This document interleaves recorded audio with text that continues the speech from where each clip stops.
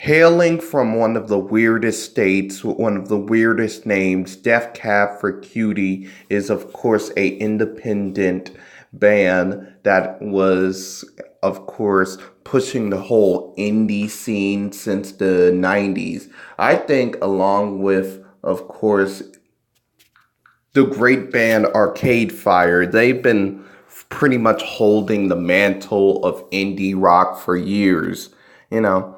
So they came out with their newest album, and I checked it out. It's their ninth album, and let's begin.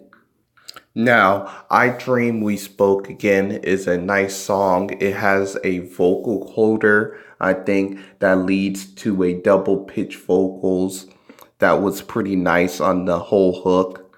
Not letting those syllables go, and one of the more funkier bass hits all throughout the track. It is a very energetic song, and it is a hell of a thing to start off an album.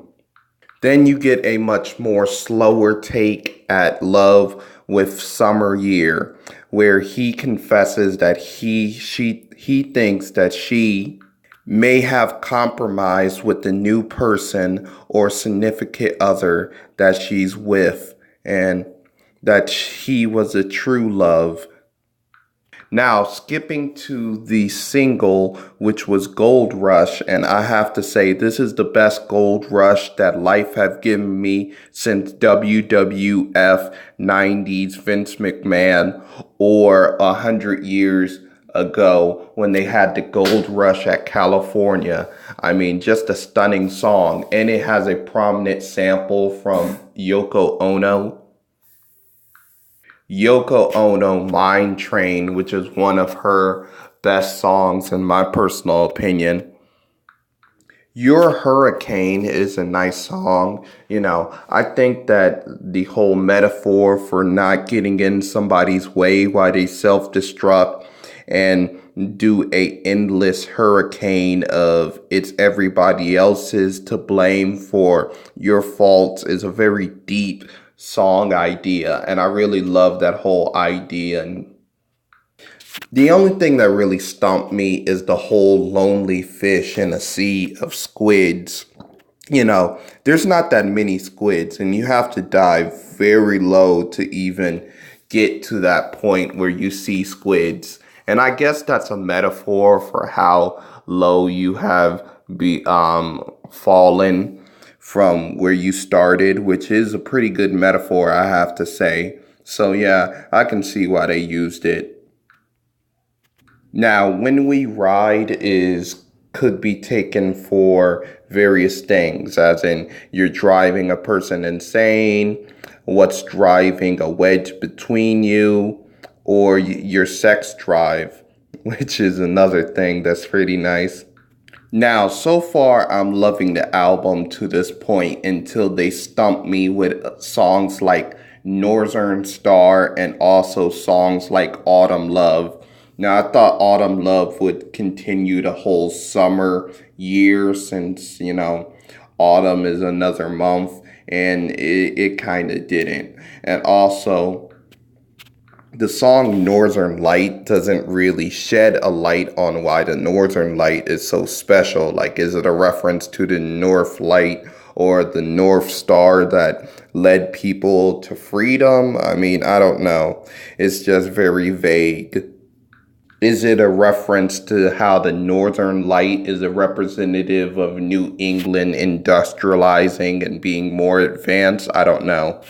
Now, back to Autumn Love. I thought that it was very lazy that they put in the whole millennial whoop thing when they did the oh. Like, I totally didn't like that. And if you mind my cringy little song pun, but it's not enough. Like, I expected a little more. Now, you get a little bit of a redemption with You Moved Away, which is a song about how you sometimes have to move away and your friends to cope with the loss of you in their circle will sometimes binge drink and then get on their knees to beg you not to move. And the referencing in the first part is probably a eviction because it talks about how your furniture was on the street and then it was gone. Maybe it's their lover is kicking out their significant other out on the street, which, could be a reference to the next track, So Far, So Near, which, could be a whole detailing how a person is distant even though they're close to you, and you could be lamenting that you missed them since they moved away. Very deep song. Then you have the closing track, which is 60s and punk, which, the 60s predate the whole punk movement, but hey, it's more of a 70s thing. But, this song is referencing a elder rocker who seems to be out of his rocker. Talk about slipping and talk about how people are now moving on to record stations and stuff like that, and talk about how some of these 60 rockers, they making multi-million dollars, and were they better off when they were poor and had less responsibility and shit like that and could actually go outside. Something to think about. Overall, this album, it didn't really impress me that much, but it did impress upon me that this is a band that's still kicking and a pretty nice band. I'm gonna give this album like a 6, to tell you the truth. I wish they stuck to more story detail and maybe a little bit more introduction or production. All right, that's my opinion. Please like and subscribe.